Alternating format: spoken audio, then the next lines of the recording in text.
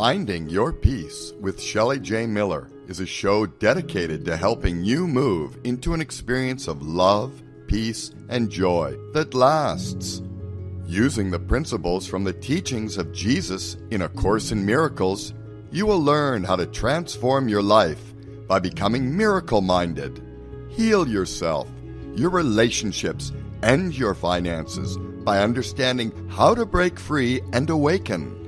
Call in for a mini reading to gain clarity and receive guidance. Now, here's your host, Shelly J. Miller.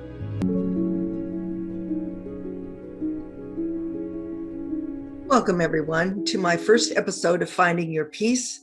I am your host, Shelly J. Miller. I'm a professional psychic, a medium. I read the Akashic Records, which is past life information. I'm a transformational life coach, but the most important thing that you need to know about me for today's podcast is that I'm a teacher of A Course in Miracles. I have had my spiritual gifts all my life, and I've been reading and coaching professionally for 30 years. So what is special about the Course in Miracles? It's if you are familiar with it, maybe, I don't know who my audience is today. Many of you may be fans of the Course in Miracles. Many of you have chimed in here because you don't feel great, you're not happy, and you want to know how to get that way. You want to find your peace. I understand that. We're coming at it from all different angles today. And I'm going to give you, during this podcast, some brief foundational aspects of the principles of A Course in Miracles. It was a book that was given, I believe, in 1965. I will check my facts and tell you on the next time, but from Jesus. After he ascended, he wrote us a nice book, How to Get Home and Follow the Path that he did. I know that sounds crazy, but it's true. You know, we live eternally, so that's how that works. And he dictated it mind to mind to a scribe, Helen Schuckman, who was atheist she called herself an atheist. She was a medical psychologist at Columbia University for physicians and surgeons. She was anything but spiritual, and she was very much enamored of the ego and things in the material world. And her partner in the university, one of the other professors, were at each other all the time. They just could never agree. They were always angry. And the partner, Bill Thetford, said, you know, there must be a better way to us not fighting all the time. And as she said, she would agree to help him find it. So as she said, as if on cue, she began to receive dreams, about 3 months worth of prophetic dreams. And at the end, she heard a voice identifying himself as Jesus. And he said, "This is A Course in Miracles. Please take notes." So it took her 7 years. This is not channeled material, did not come through Helen's mind. She could write down what he said, get a phone call, go to a meeting, come back, and he would start again where he left off. So it's the difference. You're not getting a filter like most channeled material. It took 7 years to get the material out. And what it is a mind retraining course. It's a teaching device. It gives you two different thought systems to look at, one that is motivated by fear and ego, and one that is motivated by love, and shows you how to choose the one, let go of the one that's motivated by your ego, and choose the thoughts of love and peace instead. Why? To heal your mind, to find your peace. Because, you know, this little podcast here, the first one, is called Where is My Peace and How Can I Find It? And you all know, I mean, we look and we look and we look in the wrong place. We look outside, don't we? We look in, you know, I'll be happy when that new job comes in. I get that romance, or I get rid of that romance.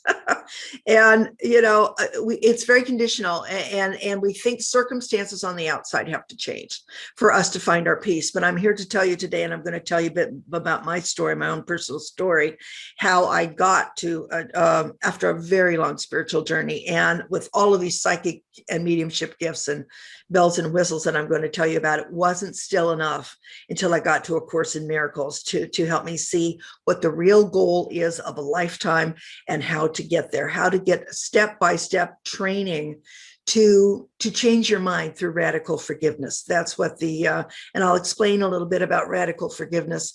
It's not the humankind. We'll talk about it later. And I'll tell you why we got here. I'll explain to you a little bit about what the fall is, the fall from grace or the Big Bang, as Jesus sees it. why we're living here in separate bodies, and why it's so important that you understand that we're not separate bodies, and why it's so important that you understand who you really are. So this show, Finding Your Peace, will always be dedicated to helping you find your way on your journey with whatever life throws your way. You can bring it here, and I will help you sort it out. So because I'm dedicated to helping people awaken and to find the inner peace, the love that's unconditional, and the joy that's eternal, and it's within you right even now. So answer number one, where is my peace and how to find it? It's within. But as I tell you the story of why you might not know that, it will make a lot of sense. You'll say, oh, well, no, I mean, don't beat yourself up about it, because it's very tricky. We live in a matrix, we live in a holographic universe. And I'll explain more about that too, because if you're not familiar with that, that's like, what did she just say? But we are actually dreaming our life experience, and that includes in between lifetimes. You don't die and go to heaven until you heal your mind and come home to God within yourself, where you have let go of your grievances, you have let go of your ego and your judgments about yourself and each other, and you learn to see with spiritual sight, just like God sees us. It's called Christ consciousness. So I wanted to start with this today because there's a huge spiritual awakening going on right now on the planet, and many of you are probably part of that, and it brings up an awful lot of questions. And the world right now is very, very, it's probably attracting a lot of your attention unless you're really on a deep spiritual path, and it's very easy to go down the rabbit hole right now. So this is a very timely place to start a new podcast called Finding Your Peace, because more than ever, I can assure you, you need it, and you need it eternally. You need to know that there is a way that you will get there in this lifetime if you follow these principles. It's not the only way home, but Jesus said it's the fastest way home. It could save you 1,000 years of the illusion of incarnating, birth, living your life, dying, having a life in between lifetimes, birth again. I mean, that's 1,000-year cycles. That's a lot of diapers on one side of the fence or the other. You're a baby, then you live, then you're old, and then oh my goodness, it's not who you are, and it's not what you're supposed to be doing here. So let me talk about that today. And that's probably all we'll get in is the basic principles today. But I thought it might be valuable to everyone if I would share my own personal story, because you can see that that I realized at an early age I was pretty advanced. You could see that as I tell you about my story, it's not because I just want you to know what I went through. Listen in and see where you can see that I realized that the body wasn't real, and I'm going to leave you clues in this story. And then I'm expecting a caller, and we'll talk about how to put the Course in Principles into action. Well, the principles into action. So if you do have calls, go ahead and call in. The number, I believe, is listed below. And if we don't cover what we want to cover in this show, 2 weeks from now on a Sunday at 2, my second show of Finding Your Peace will be entitled, If They Would Change, I Could Be Happy. And don't we all know about that? If my husband would just get right, if the boss would get right, everything would be fine for me. That is a really big illusion in a story we tell ourselves. And so we will go at that next week with the Course. If that resonates with you, have some questions about what's tough for you right now to see differently, because the whole idea of A Course in Miracles is to use the miracle, which Jesus says is a change in perception about the way you see yourself, others, and the world. So let me go ahead and start with telling you my story. I've had a very unusual life by most people's standards, but it set me up perfectly to make this my last lifetime. And I am focused only on that. And by that, I mean to end the cycle of pain and suffering, where you go through, multiple births and everything like that. When we get to the experience of heaven, we have come to a state of being within us. Heaven is not a place, it's a state of being. Although Jesus does say, this is not your home. He says, you are safe at home with God, dreaming of your exile. And you have to kind of wrap your mind around that. We're actually not here. We are taking our spirit and looking into a hologram. And as you start to detach from that by letting go of your ego, you will notice sometimes that the outer world becomes kind of filmy, and you realize, oh my gosh, this isn't even solid. It's kind of like that movie with Jim Carrey where the Truman Show, where he started putting two and two together and found out when he sailed out in his little boat that there was a wall there. That's the matrix that we live in, and there's a way out of it. But you can't leave in love in anything. You can't leave it unless you're in love and peace and at one with the Creator, because vibrationally is how you enter heaven. You have to be at one with God. So let me tell you about my story. It's kind of crazy. My first recollection, I should probably not date myself, but this was in the 50s. I came in and I realized I was hovering as a ball of energy over the house that I was going to incarnate into. And I knew the drill. I knew there was a baby body in that bedroom, and I hovered for a while. And when you're not in the body, time is not the same. I couldn't tell you how long I was hovering there. But at the time I was in the ball of light, I was thinking about my last lifetime in Nazi Germany. I died in a camp, and I have since found out I had multiple incarnations in Germany during the Nazi invasion. And I was thinking about that. And in later podcasts, I'll tell you why that's important, because I do read the Akashic records, and they do help people when you can find a lifetime that's very troubling and bring that to the surface, and then use the course to finish that off. But the next thing I knew, I was in the baby's bedroom, and I saw the baby in the crib that I was going to merge with. And I was a ball of light hanging next to the crib. And I thought, okay, now you know how to do this. You've done this a million times. And I thought, okay, so I just kind of eased the ball of light into the baby body, cramped, very cramped in there.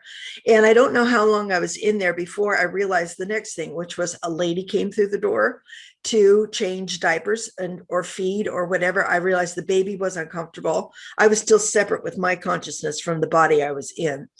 And I thought, well, she must be my mother. She's very nice. I could read her energy, but I couldn't get her to, I knew I couldn't speak, and I couldn't get her to stop using baby powder. And it was really annoying to me. It's very scratchy. So I kept trying to telepath to her, and she just couldn't get it. I'd be, no baby powder. And she just couldn't get it, but she was super nice. And I thought, okay, I'm here, so I'm going to make the best of this.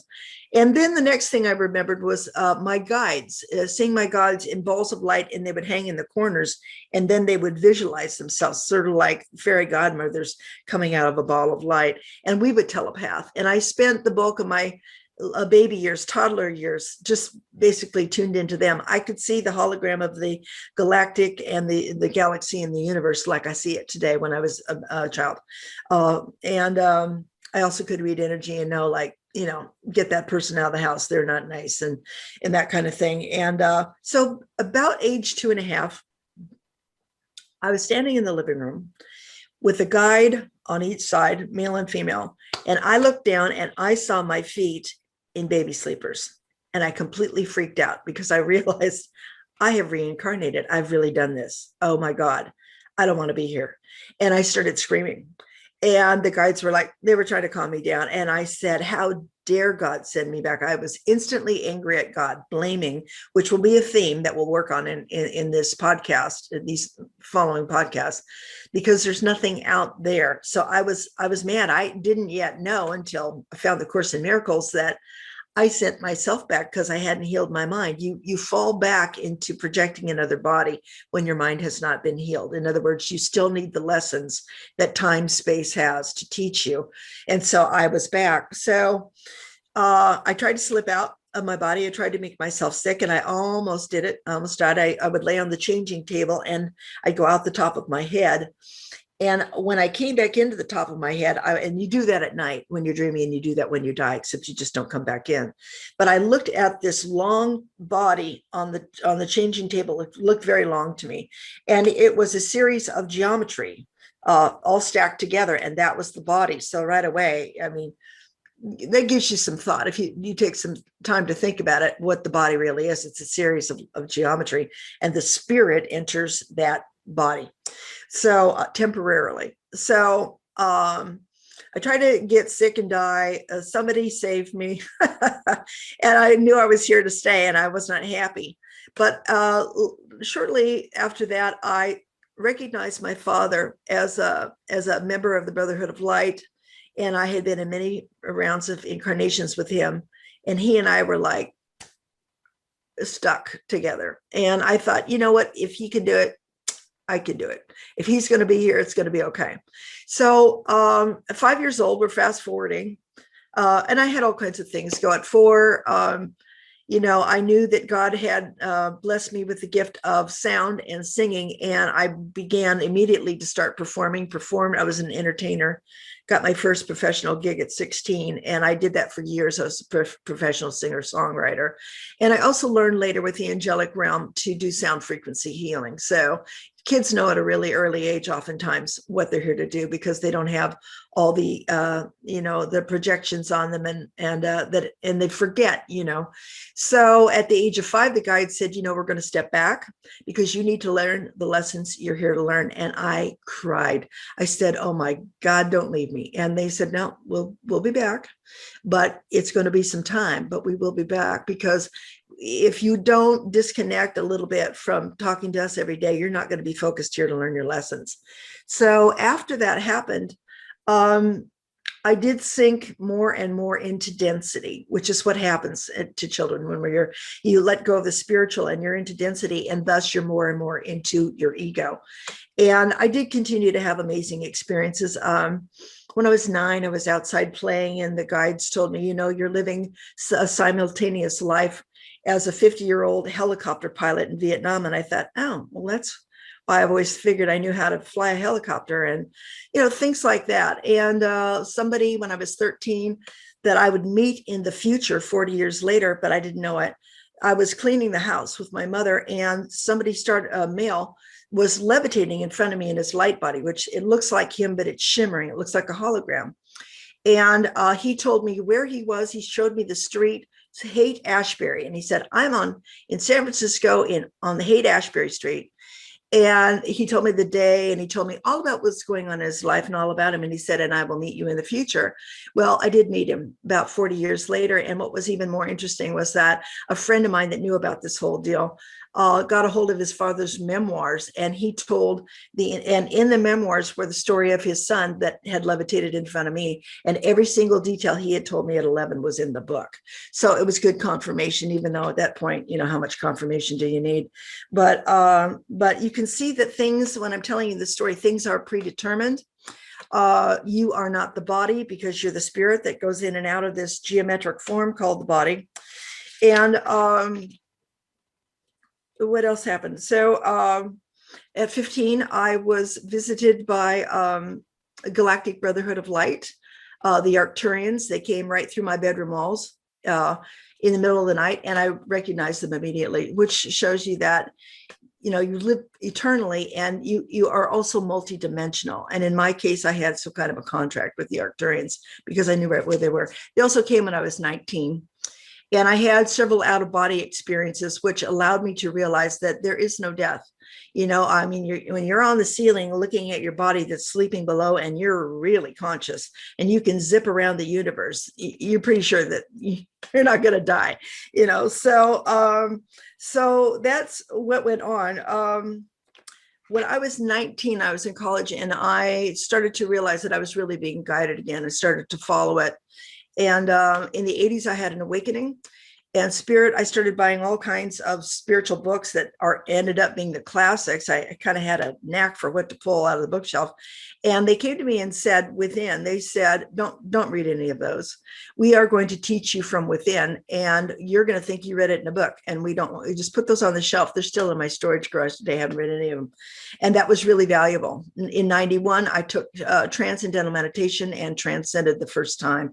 And the reason I say that is because some of you, if you're having difficulty finding a good spiritual practice, TM is a great way to still the mind and get the mind. When I say transcend, it means it turns your mind off, which is what you're going for. Your busy mind will keep you focused in mostly the past, sometimes the future. It'll be harder and harder to get yourself to stillness where you can truly hear your guidance. So what I didn't know, though, about TM was that it was a setup, because a year later, my psychic gifts went off the charts, and I became contacted by the spiritual hierarchy.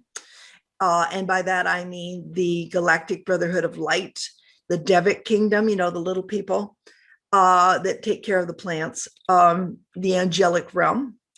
and the Ascended Masters. And Spirit called me. They coined a phrase for me. They said, "You are the wide receiver," which was a personal joke because I absolutely hate football. And they showed me with a football helmet on my head with a satellite dish on top of that, because I can read frequency of anything or anybody. And listen, AI can do it too. Now that they're doing it, but they're tracking you that way. Not to be negative, but psychics that are really good, and my training was that I could read the angelic realm. I could tell you which angel, who it was. I could see it was the Galactics, the Arcturians, the Syrians, the Palladians. And if it was an ascended, what master was it? Saint Germain, was it Blessed Mother Mary, was it Jesus, who was it? So, and then of course was a medium for my own guides, other people's guides, and people who had crossed over because I was doing mediumship readings at the time. So as the wide receiver, what I did for the whole time during the 90s, myself and other people that I traveled with that were also representing different aspects of the angelic realm and the Galactic Brotherhood, is that we would bring in information, we would receive information. Sometimes I'd sit for 6 hours at a time and get information to help humanity awaken, and also to carry the light in the body. So I felt like I had my finger in an electric socket for about 10 years because my vibration was being lifted. That is how, when you change your mind and follow a spiritual practice, and you let go of fear and hate and judgment, things like that, your frequency will rise and your consciousness will rise with it. That's why you're seeing a huge collective movement to awakening right now, because people are starting to say, I am tired of this craziness. I want peace. I want to not be in competition with each other. I want to work together. It's a sign of the times that people are bumping up, but they're bumping up faster because there's been a groundwork laid by people that awakened earlier and brought that light information on the planet. And now it's easier to grab. It's like the 100th monkey. Eventually there's a tipping point, So at the age of 33, and this is what's important to the rest of the story, I actually laid down on a bed in my parents' house and I said, "God, look, we need to have a little chit chat here. What is the story? I mean, how do I actually find peace and stability and security that lasts in a world that is completely transient, temporal? I mean, you're up one minute, you're down the next. Everybody in the family is good. Somebody gets sick. Somebody dies. The economy changes. You don't get the job. And I'm sure you can all relate to that, because it's like, my God, so we're frantically looking for that peace because we're holding on to all these things on the outer, thinking that it's going to bring it to us. And the heck of it is, it never does. It never does, because it's within us.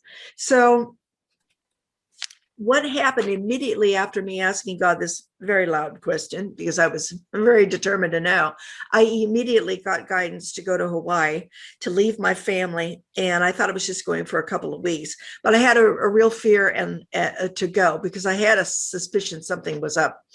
And I was there for 2 years at a time. And then I'd come home for about 6 months or less, and they'd send me back over and over and over again. They sent me to Europe. They sent me all sorts of places on my spiritual journey. It was a faith walk with Spirit. And what I didn't know at the time was, when I asked God, how do you find safety and security in a temporal world? What I was led to do was to learn about, how do you drop your ego? I was taught from the inside with others that were learning the same thing. Let go of expectation, attachment, control. How you get, the source is the source of all supply. This job over here is just a channel. It's not. So Spirit was teaching me all the time, and I was having to let go of ego as fast as I can. But one of the most valuable things I learned is I met my spiritual mentor in 1992, and she had read the Course in Miracles, and her teachings were incredible. She had been guided to paint a living painting of the Blessed Mother Mary. And the healing energy of Blessed Mother Mary would come through it. She had roses, which are the souls of humanity, in her arms. And the whole auditorium would fill with the smell of roses, and people would be slain in spirit. They'd be overwhelmed with her love. It was phenomenal. I traveled with her for many years, and Blessed Mother is one of my guides. So, but what I really learned from her was that I could sort patterns of fear in people. When I would read for them, I'd say, that's a fear thought. Let me show you how to change that to a love thought. Because in the Course in Miracles, and it's very clearly stated there, God is love and only love. And fear and love is the only thing that's real. And fear is something that we tell ourselves in our mind, from our ego. The ego is happy to tell you every place that you should hate yourself or hate somebody else, or you're not good enough or whatever. And so I was really able to become very adept at sorting patterns of fear and love and helping people change those. And I use those very much today with my clients and in my workshops and my personal readings, all of that, because that's what you want to do. You want to be able to identify your ego and to say, thank you for sharing, but I think I'll pass on that. I would rather choose peace. So that's a little bit about that. Let's see, hold on a minute. So that was, I think, in the 90s when I asked God about, how do I get there to this inner peace? Please tell me where to find it, because I'm working my rear end off out here and I'm still not getting there. Well, I was sent back to California in 2007 and I didn't know it. But in a few years, 2 years from then, my dad would be very sick and he would eventually die in 2014. And I was sent home to help him and to be with him. I didn't know this at the time. But he was a very brilliant man. He was, and I say this not lightly, he was a Renaissance man. He was accomplished at everything he did. Very brilliant, very kind. But I mean, there wasn't anything that man could not do. And he had heart issues. He had 3 heart attacks. And he ended up with vascular dementia. For those of you who don't know, it's the most wicked kind of dementia. It blows out your brain. It changes your personality. And you completely lose function and track of who you are. He ran away. We had to lock the house from the inside out. He was emergent. I took care of all of his medical care, and my mom took care of his daily needs. And I was overwhelmed. I was trying to work at the time, and I was staying 5 nights in the hospital because I wouldn't let him go alone because he had dementia and he was afraid, and he was trying to pull out his tubes in the middle of the night. And so I was trying to manage all this and balance it. And then he'd come in my room in the middle of the night, fully dressed, and say, the guys are waiting for me for a business meeting at 2:30 in the morning, standing fully dressed, and would not go to bed until I somehow convinced him that the guys were, they'd messed up. They'd come tomorrow. And this went on and on and on. I was exhausted. I was broken. I couldn't feel my spirit anymore. And I bet you a bunch of you know what that feels like, because there's a lot of loss that people are dealing with, a lot of trauma. And you want to find God within, you want to find your heart vibration, and you just can't. Well, one morning, Spirit woke me up and they said, just put a caftan over your pajamas and slippers, get in the car, drive to Dana Point Harbor, which is close to where I live. And it's always been a place of serenity for me. And I thought, my God, I'm leaving the house like a crazy woman. I haven't even brushed my hair. Totally not like me. And I got down to the harbor, and it was a Sunday, and I pulled up to the water's edge, and I'll be darned if there weren't 1 million people out having the time of their life. Meanwhile, I'm sitting in my car, totally feeling sorry for myself, completely deranged. And I looked at the clock on the car, and I literally beseeched God for an hour to give me something on the outside that would change my circumstances, that would relieve my pain, even if it was just for a minute, just for an hour or a day. I said, can I have a boat? Can I go out on a boat? Everybody's out on a boat having a picnic. Can I have some friends? Because I'd become completely isolated while taking care of my dad. I mean, I had no friends, no time for that. Can I have some money to get a caregiver so I can take a day off? Can I go to Catalina Island and have a vacation? This went on and on and on. And I mean, I was really, really pleading. And all of a sudden I heard an audible click in my head, and everything went quiet. And I mean, quiet way beyond when you're working with the angelic realm. For those of you who know that feeling, when the angels put that soft blanket over you, it wasn't like that. It was the absence of thought. And what I had was divine revelation of God, which is the peace, the path of all understanding. And my experience sitting there in my car at the water's edge was that everything had changed. I had no fear. There was not a shred of lack in my experience. I had no thoughts. I felt safe and secure and eternal. And I knew it was the last, and I knew there would never be any variation in that. This was heaven. This was the goal. It didn't last forever, more's the pity, but what it did was it changed my life completely, because in that moment I realized this, and this is why I'm telling the story, to share it with you, because the story is, where is my peace and how do I find it? It will never be out there. And we want it to be, don't we? We look for it, but it will never be out there, because you have to. What happened with the divine revelation is I transcended the mind. Now, the mind is only active in time space. And I know that sounds like a lot of information to take in, but we experience life in time space. And when we leave the body, then we're more in an altered state, a multidimensional state. It's a higher frequency. But when we transcend at the end of our lifetime, at the end of our last lifetime, we go into the eternal now with God, and we never, ever return to time space. So what I learned from that experience, and I had another one, a second one, right before my dad died the same year. We were in the hospital for the last time, and it finally hit me, oh my God, in about 10 days, he's going to die and I'm going to lose him. And I said to Jesus out loud, because he's my guy, I said, I can't do this. He's my rock, and I'm not going to be able to go on without him. I don't know how I'm going to make it. And in a flash of light behind my dad's head, I saw Jesus's face. And simultaneously, my heart chakra began to gape open and pour the most profound, unconditional love. It was so much that I couldn't even hold it in my body. It was like, oh my God. And what I had done to access that was that I had surrendered every grievance, every petty little thought that I had been holding against my dad. And I loved this man. But it was true that the only thing that had held me back from feeling that incredible love for him my whole life was my ego, my grievances, wherever I was blocked. And in that moment, Jesus allowed me to take those blocks away and said, now you've had the peace of God, and this is the love of God. This is what you will experience when you remove the blocks to the awareness of love's presence. That's what he says in the Course in Miracles. So it was incredible. I've had other experiences since then where the room has shimmered, and I've realized that all the sound in a very noisy hair salon has gone quiet, and I'm realizing that my mind is completely still, which is what you want to do. You want to get the world is loud, and you want to get your mind really, really quiet. So the experience of divine revelation answered the question that I had asked God at age 33. How do you get to find your peace and stability and security in a world that's unchanging? And the way that you do it is you still your mind, you let go of your grievances, you identify your fear thoughts, and you change them to thoughts of love. In the Course in Miracles, there's a 365-day workbook.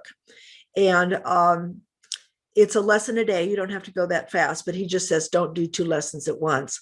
And he says, you don't have to understand these lessons. You don't even have to like them, but you have to apply them, because it's only through the application of what it is he's telling you will it rewire your subconscious. It actually takes you into theta, which is which I use in my healing with people, get them into theta and reprogram the subconscious. And when that deep, deep place is sustained over time, your mind turns off and you're at peace.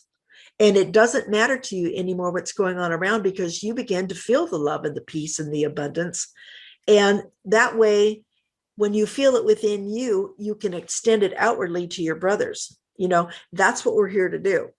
We are here in the period of time space to awaken to the fact that we are not the body. We've misidentified with the body. We think we're the body. We think we're our portfolio, our personality. We think we're our relationships. We're our special gifts that we have in this lifetime. It's not who we are. We're the sons of God. We were created in his image, literally. I know that sounds Judeo-Christian, but you can get that in any other Eastern mysticism too, that they know that we are the pure awareness having a temporary illusory experience in the body, so that we can use that time to let go of our karma, to heal it, to heal ourselves, heal our minds, and be able to come into Christ consciousness or unity consciousness, where you feel at one with your greater self, not your little self with a small s, the big S, the part of you that's never left God, with God, pardon me, and with all life. That's the goal here. Now, if you use the Course in Miracles, you can save yourself, like he says, 1,000 years. And what happens is every time you learn a lesson, then Holy Spirit, who was created by God to help us get home, has never left the source. He's called the voice for God. Also, you can think of that as your God self. And the Holy Spirit sees the truth, sees where you are in all your disarray, and knows that it's not real, that you dreamed it, and then knows how to gently walk you back to your big self and finish out your lessons. And Holy Spirit is the only one that can collapse time space, so that once you learn a lesson, it never appears again in any other lifetime. Even if you don't make it home this lifetime, that lesson won't come up again. But when you do it and do it and do it, and you've collapsed all your lessons, and by the way, there's only one. Everybody thinks they have a million problems, but there's only one problem, which is that you think you could be separate from God, and there's only one solution. That's not possible. And you've got to keep that in your mind, because it is not possible to be separate. If you're feeling separation, which is anger or guilt or betrayal or abandonment or any of that, victimhood, not worthy, any of that, that is your ego. That is the story, the narrative you've told yourself, probably over lifetimes, because I read the Akashic records and I can tell you where you picked that up, from whom, what lifetime, what was the circumstance, then we can clear it. But the faster way to clear it is to understand it's just not real. It's a dream I dreamed. And I don't want to feel that anyway. I don't want to feel it anymore. So I'm going to ask Holy Spirit, how can I see this differently? And Holy Spirit will come to you in a way that is deeply peaceful. If you ask Spirit and you begin to, you've got to choose your master. You got to choose if you're going to follow your ego, in which case you'll keep recycling indefinitely. That's the path of evolution. Or you're going to choose to have Holy Spirit be your inner teacher and your guide, and you're going to put your will and God's will as one. That will eventuate into you waking up, never having pain and suffering again, and living eternally in the presence of God and the divine presence of all of us.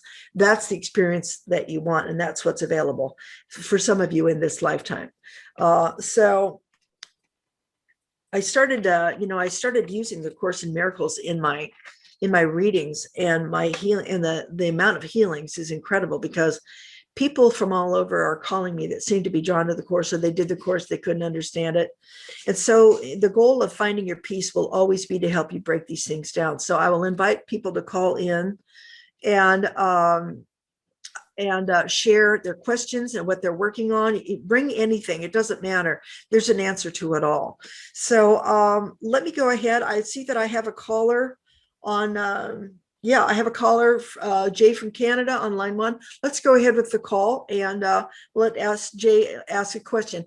Let me say that next time, we're going to be talking about, I will try to get more and more principles in while I talk to this gentleman from Canada, so that you can understand about fear and love a little bit more. We don't have a lot of time, but I wanted to tell you my story.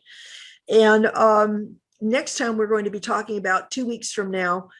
If those people would change, I could be happy. That's episode 2. So we'll use more of the Course principles 2 weeks from now. I hope you'll listen in. In the meantime, if you need to work with me privately, get to me on shellyjmiller.com, and you can contact me there. Make sure you fill out everything correctly in your time zone. I'll get back to you whether you want a reading, or let me know what you want to talk about on the show next time. So let's go ahead with Jay.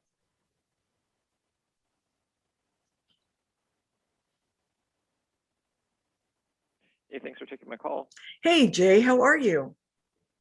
Hey, pretty good. Thanks, Shelly. It's congratulations on your new adventure and show. And just listening here, there's lots of information that you shared within a short period of time. So thanks again.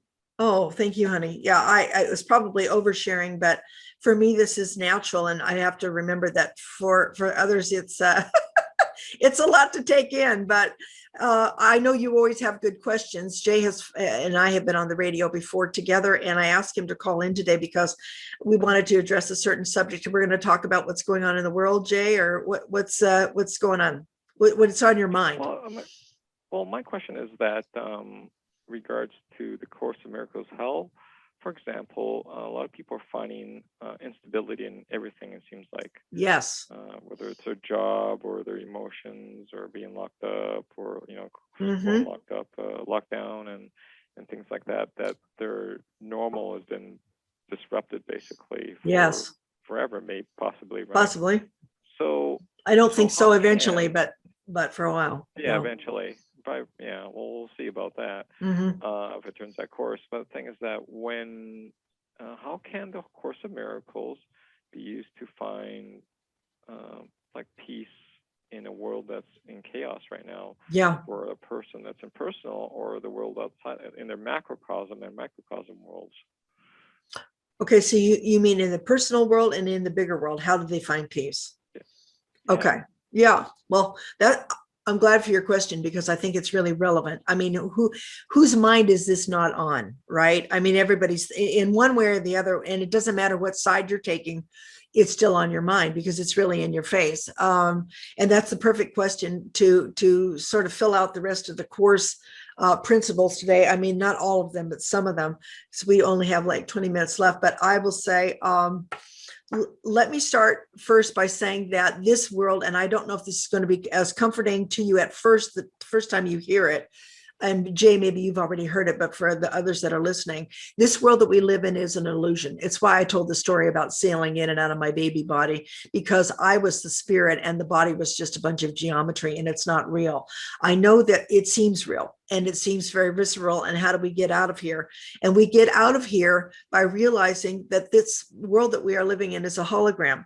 Let me tell you just a moment, so it sets the stage a little bit, so this makes more sense. Jesus said that the reason for the fall from grace, the reason why we're here, is he said we were at one with God, created in the image, and some of us had a tiny mad idea that we could be separate from God, and we forgot to laugh. And in that moment, density started happening. And in that moment, everything shattered outward, which was everything that was in the mind projected outward, and the worlds and the universe, multi-universes were created. And also in that second that it was created, the separation, this is called separation from God, because all of a sudden there was something outside of us. And in that moment, God also healed it. But what we experience then is time, space, and the galaxy and our planet and everything else, and bodies, for the express purpose of using those bodies time after time to try to remember what we forgot, which is that we are divine, and we couldn't possibly be separate from that which created us. So that's an explanation of the fall. Also, that's the explanation of the Big Bang for people who are looking at that scientifically. He said God did not create the world. And I know that may offend a lot of people that like the Bible, but the Bible, was written by lots of different factions. It has the voice of Holy Spirit in it. It also has a lot of judgment in it. But this book was given in 65 by Jesus after he ascended, and he's already made the trip home. So I would go with him, So what happened is, if you know that we have falsely identified with the body and thought that we're it automatically puts us in separation, Jay, because, I'm here, you're there, that's them. And it sets you up for also, you're not tapped into the peace and love. When you see yourself as separate from God and each other, you automatically cover over that spirit, that beautiful light in you that reminds you of who you really are, that you're eternal and that you are pure love. So what happens is the judgment comes up, and the mind takes over, and the mind starts projecting worlds of discord and chaos. And then people fight about that. You see what I mean? And so the only way back from that is through forgiveness. And so when we look out into the world and we don't like what we see and we don't know what to do with it, we need to really remember this is completely doable only in our own minds. Finding happiness and peace is an inside job. It's an inner game. Jesus said your outer experience is a reflection of your inner condition. It's like we will never have peace in the world until every mind has peace within it, because you're working at the level of effect. You're trying to change things in the world to make them peaceful. They won't last, because that's a dream out there, and that dream is going to go away. Those bodies aren't going to last forever, and things are going to change all the time.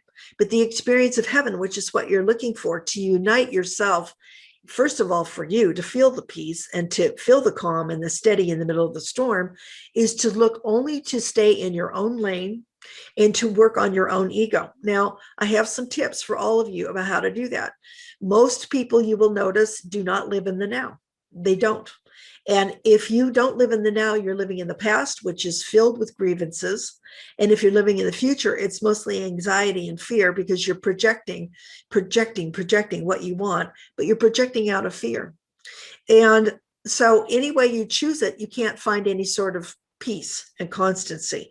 So when you can start a spiritual practice where you take 5 minutes in the morning, and decide which master you're going to serve. You call on Holy Spirit, which is your God self, and you say, I am going to put my life in your hands. Today, I want to be guided to find my peace.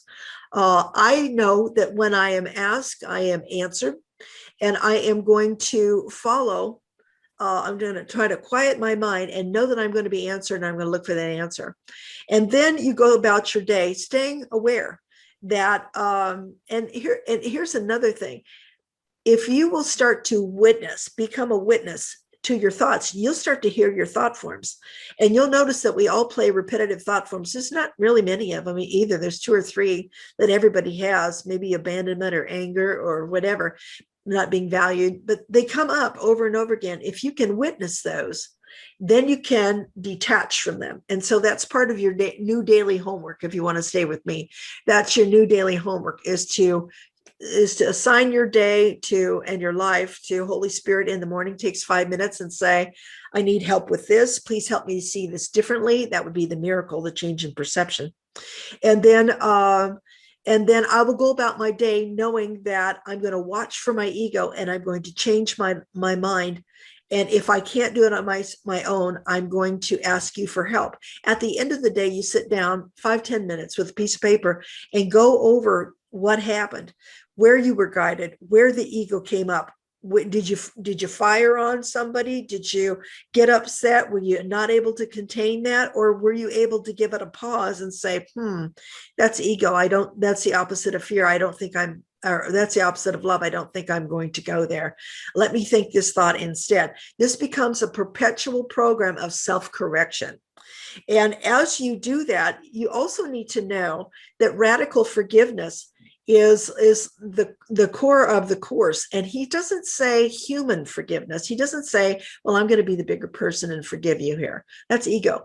He doesn't say, well, you had a tough lifetime, and so I'm going to cut you some slack. A little more compassionate, but that's still not the point. Jesus says, this isn't real. We are dreaming a dream of separation. We all are, in the collective mind, which is called the Son of God. And so if you can realize that you are forgiving yourself for dreaming the dream and everybody else, because it's like if you saw a child screaming with a nightmare in the middle of the night, you wouldn't go in and punish that child because he was dreaming a nightmare. You turn the light on and you would say, hey, buddy, you're safe. The light's on. Yeah. And it was just a dream. We have to remember that. That seems silly, but it's really powerful, because we have to remember we are living in a world of dreams based on duality and separation. And the only way to heal that, Jay, is to begin to find your own blocks in the road and heal those, because as you do, you will find that you don't have a charge on it the same way. You will have compassion in the place of judging people. You'll say, wow, we're all dreaming this together. They must be in pain. Okay, I don't want that. I'm going to become the light of the world. I'm going to shine that light on them and on me.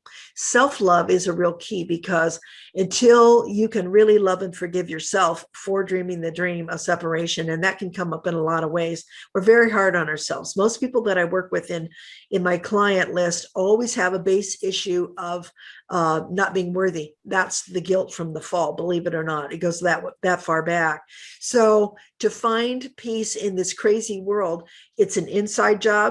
You have to identify your ego and change your mind. You have the Holy Spirit, which has the whole roadmap to tell you, do it like this, think like this, forgive this person over here. Here's your issue. Resolve it like this. And as those things clear and the blocks to the awareness of love's presence within, you will begin to feel more peace. You will all of a sudden have a feeling of compassion. You will begin to see, I don't have any enemies. The last thing I want to leave you with here to think about is a story that was told by Ken Wapnick, who was also involved with bringing the Course in Miracles forward. It became his life's work, and he's an amazing teacher. He passed, I think, in 2014. But if you dial in kenwapnick.com or go to the Inner Peace Foundation, where you can get the Course in Miracles, you can see some of his work online and buy some of his books. One of the kindest people ever. He was enlightened before he left. And he said he had two people in his Course in Miracles group. They were husband and wife, and they were they were doctors, and they were at war with hospital administrators in their situation, because the hospital administrators, they found out, were keeping patients in the hospital. This seems like a familiar theme, doesn't it, right about now? Keeping them against their will to rent out their insurance money. And these doctors were not okay with that, taking advantage of people. So they were course students, and they came to Ken Wapnick and they said, how do we deal with this and still come from a high place? And he said this, and this is important about your question and in everything. You guys can all think about this. He said, it only matters what's in your own mind. He said, if you understand that you have no enemies, because your spirit and their spirit, and you've all just forgotten, in the level that there's only levels in separation. In heaven, there are no levels. Everybody's one. But in the separation, you can look at people and say, well, geez, they're really unconscious. They're asleep. But you're unconscious too, to a certain extent. I mean, it's like you can't be a little bit pregnant. So unless you're healed, you're still in separation. So he said, go at it this way. Look at those people out there, and you can do this with all the people in the world that we're talking about. And you and I know what we're talking about, everybody that's making us crazy in the world. You have no enemies. You want to see spirit to spirit and call in Holy Spirit and say, I'm calling in Holy Spirit. I'm seeing my spirit merge with their spirit. And now I need your guidance on how to work with this. Listen for a while and see what spirit lays on your heart. You'll know you're getting an answer from spirit if you hear it in your mind. It's your own voice, but it's very peaceful and present. Your ego can be heard in your own ear too, but it yaks all the time and it's negative. And so he encouraged them to work from a place of love. And that's what you always want to do. So always remember spirit to spirit first, and heal your own mind, because when you do, and you become the salvation for the world, you will set yourself free and everybody else, people that you haven't even met before. And Holy Spirit, as you get free, will collapse time, space. And the more of us that do this will shift the world events. They don't have to happen the way they look like they're going to happen. If enough of us start to heal our minds, it will begin to shift it for the world. So thank you so much for your question. It was really topical, and I hope that helps. Does that help? Yeah, quite a bit of stuff in there. Yeah. To take out of there, but yeah. The answer is to drop your own judgment about it and try to become neutral about it at first, and always send love and peace. Always let that be your thing when you're looking at it. The other thing is you can detach from a lot of the world news and stuff, a lot of the fake news, and stay out of the fray. Get very still, and your own spirit will start delivering you the truth. The more you detach from what's going on, and send love, the more you will be able to hear your own intuition. Does that make sense? Yeah. Okay. And that's where you want to be. You do not want to be, because it's not real. You don't want to believe. Jesus even says in the manual for teachers, when you're coaching people, don't make it real. And that doesn't mean don't love people and be compassionate for where they are, but it means don't make them believe it's real even more. Tell them you're a son of God, and we can turn this to peace. And the more of us that do it together, the less of this craziness that's going to go on. Bless your enemies. You have no enemies. Work spirit to spirit. These are people that are not remembering that they're part of God. Does that make sense? And so only stay in your own lane and look at your own peace. Okay. Well, thank you for your call today, Jay. I totally appreciate you. And I always love hearing from you. I think a lot of people needed that answer today. So I will see you next time. Let me just tell you that the next show, 2 weeks from now, and do look for these on the podcast, is going to be called If They Would Change, and this is kind of what Jay and I were just talking about, if they would change, I would be at peace. We're going to talk about that. So bring your questions next time if you want to call in like Jay did for some understanding about how would the Course in Miracles and Jesus see this. If you'd like to book a private reading with me, it can be any kind, mediumship, psychic, Akashic records, spiritual awakening, spiritual coaching. Go to shellyjmiller.com. Do join my newsletter while you're there, because I'll be sending out lots more help through YouTube, and I do other events. And, do get in touch with me if you want to work one-on-one. It's really powerful. You'll move ahead very fast. ShellyJMiller.com is ShellyJMiller.com. And please leave me all your information spelled correctly in your time zone so I can get back with you. I look forward to doing the next episode of Finding Your Peace. I told my story today. I hope it helped you, just to let you know that the body isn't real, and that it's when I asked the question of God, 24 years later, I got the answer that I needed that changed my life. And that's what I wanted to share with you today. We are eternal spirit, and you are the light of the world, and you're needed and you're loved. Every time you choose for peace, you're helping us all. So just keep that in mind. And I will see you next time. And I'll see you next time. If there's anything else that is emergent or that you'd like for me to talk about on the show, please email me at Shelly@ShellyJMiller.com. And I will take your questions, or if you have comments about the show, kindly leave them. I'd love to hear your feedback, and I hope it was helpful today.